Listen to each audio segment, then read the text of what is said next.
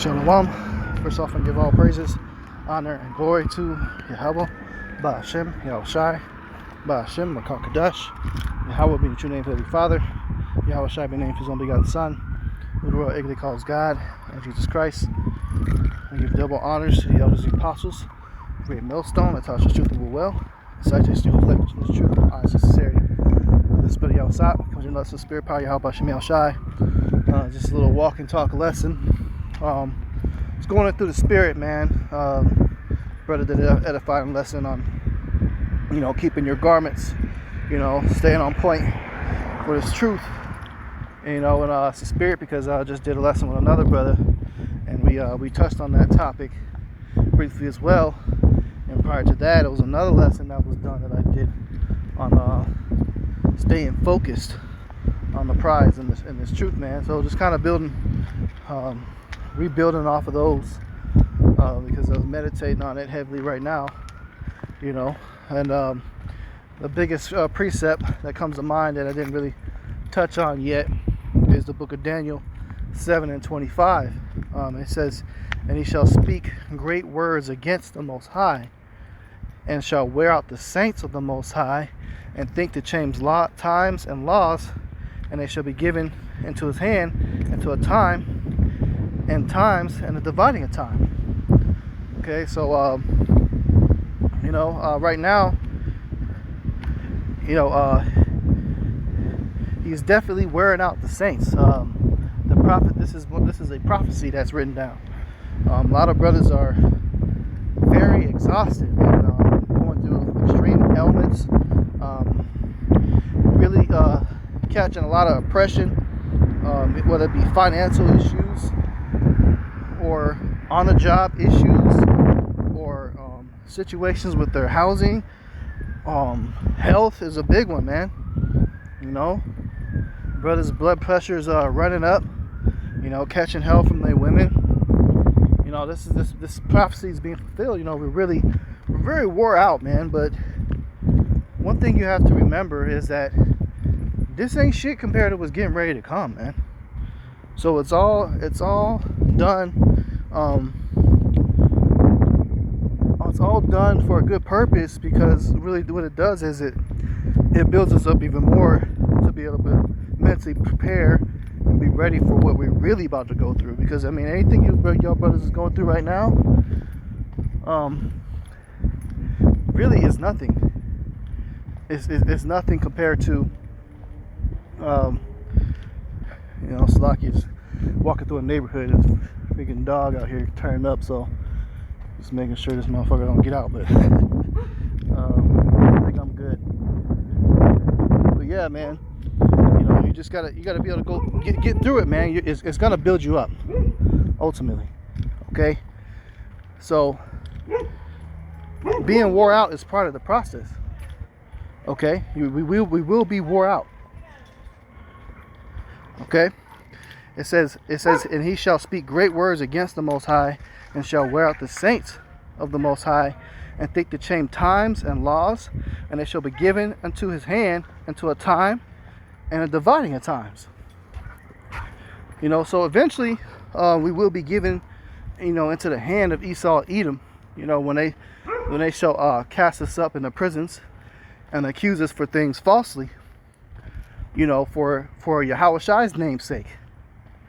And the scriptures say, blessed, call yourself blessed when you be accused falsely. And I can get that, okay?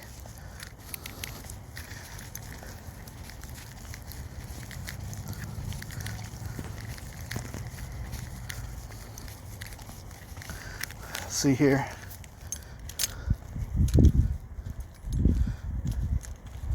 All right, so this is the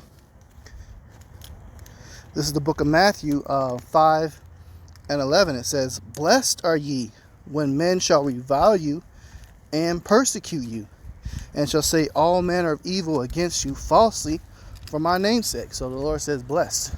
We're actually blessed when that happens, because that really it's really only going to happen to the Lord's chosen.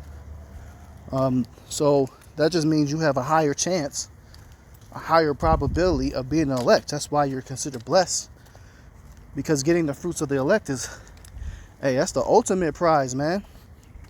That's the ultimate prize. So, brothers, you got to remind yourself of that. You know, shit, man, it sucks when you be catching hell like that, man.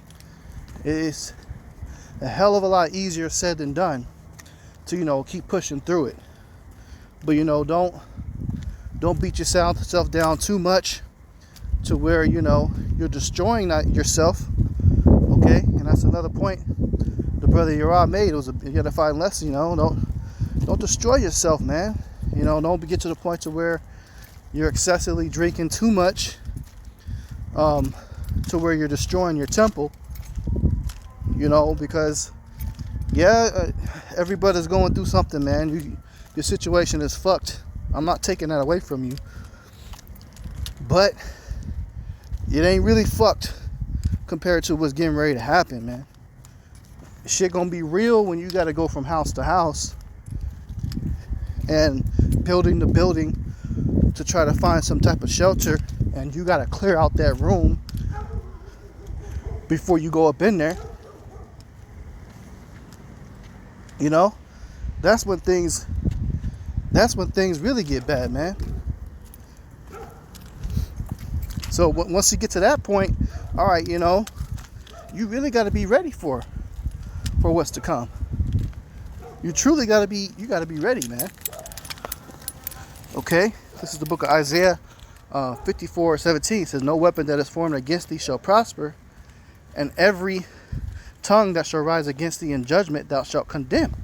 This is the heritage of the servants of Yahweh, and their righteousness is of me, saith Yahweh." Okay, so all these things that you have happening to you, those are all considered weapons. That's all they are. They're weapons, and they're not going to prosper against you. You have to know that.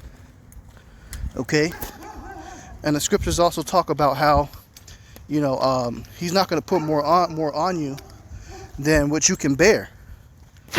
Okay, so we can get that, man.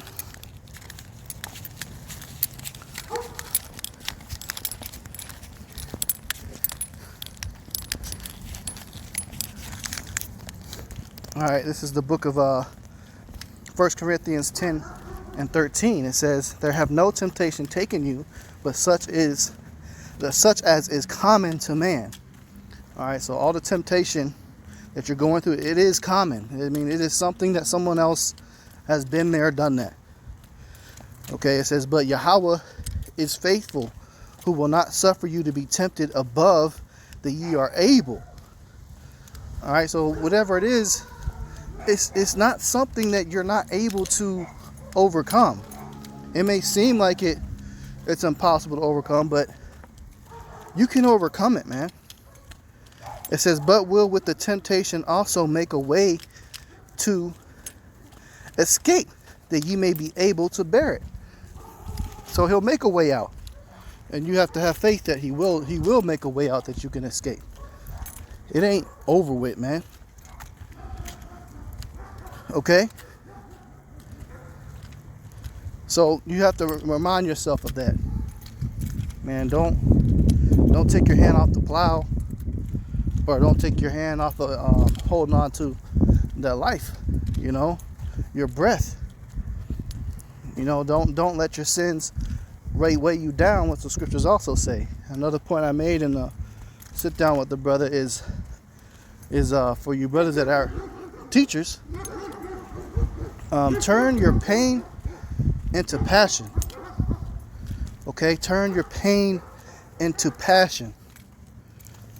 What I mean by that is, what are we passionate about ultimately as brothers that are in this truth? What is our biggest passion above everything? It's Yahweh Yahweh Shai. And we obviously are extremely passionate about teaching the word of Yahweh Yahweh Shai. Okay, so if it's something that you're feeling a lot of pain with, put it into a lesson, man. You know, you don't have to necessarily put your personal business out there. You can just make it, you can flip it to where it's something general, you know, to where it might not necessarily be something that you're making obvious that applies what you're going through. Just make it a general statement lesson, so others can learn from what it is that you're suffering from. That's something you definitely should want to do. Okay? Because once you do that, you now helped who knows who desperately needed answers out of that situation, needed help with that. Who knows, man? You never know. So turn your pain into, what it is that you're passionate about, which is, I hope, is this truth. Because if you aren't passionate about this, then you really shouldn't be having nothing to do with this, man. Consider yourself what you're involved in.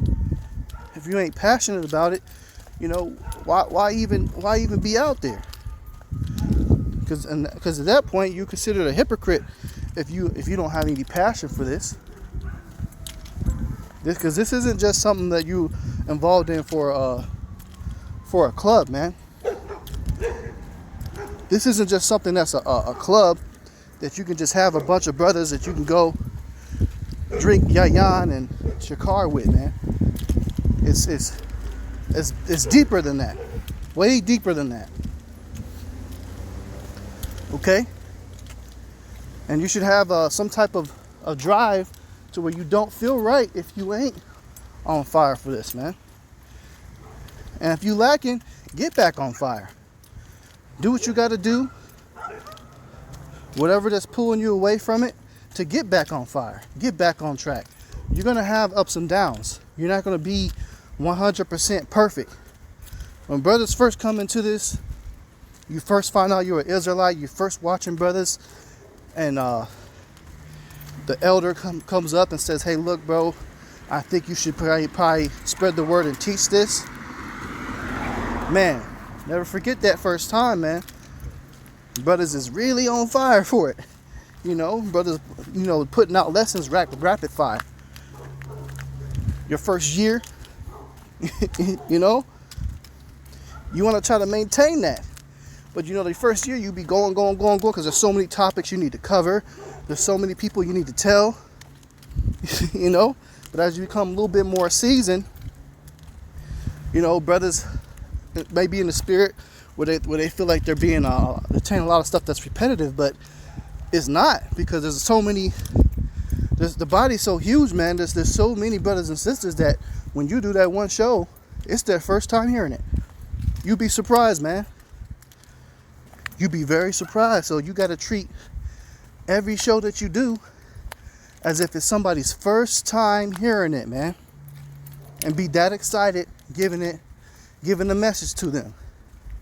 Don't just get to the point where you start just going through the motions doing a lesson, man. Try your best to be in the spirit. Okay, and if you don't necessarily have to plan every single lesson out. That's not how it works. Sometimes you just gotta go off a rip, man. What they used to call it when I went through a teaching course, they had us do something called a impromptu, just on the spot, random. Have you stand up in front of the class and give a speech about a random ass topic. Hey, dude, y'all brothers should do that when it comes to teaching this word, man. That's using the spirit. You may not necessarily know. You might not necessarily know what to speak about, but the spirit will hop on you, and next thing you know, the scriptures is flowing. The scriptures start flowing heavy, and you're just like, hey, that's just what it is, man. Salaki, there's a lot of dogs in this neighborhood, and one of them just got out and running up and shit. But that's the spirit, man. The Lord made that little dog keep on moving. Didn't even come up and fuck with me for real. I mean, he wouldn't have been able to do anything, but that's just the spirit, man. But nonetheless, man, hey, y'all brothers, man, you just keep teaching, man. Keep teaching. The Lord knows you wore out, but you ain't wore out yet. You got a second wind in you. All of you got a second wind. You have to trust and believe that, man. you know.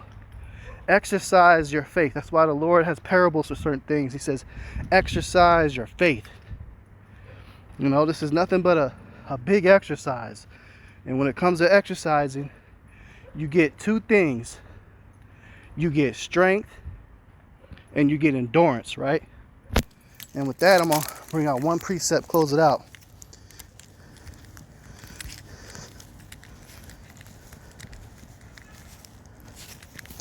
This is the book of Matthew 24 and 13. It says, but he that shall endure unto the end, the same shall be saved, man. So with that, Lord's will, this lesson's edifying. I'm going to close out. Give all praises, honor, and glory to Yahweh, by Hashem, Yahushai, by Hashem, Kakadash. Double honor to the elders, the apostles, great millstone, taught us truth and will well. So I takes you, hopefully, pushing this truth in all honesty and sincerity. Shalom.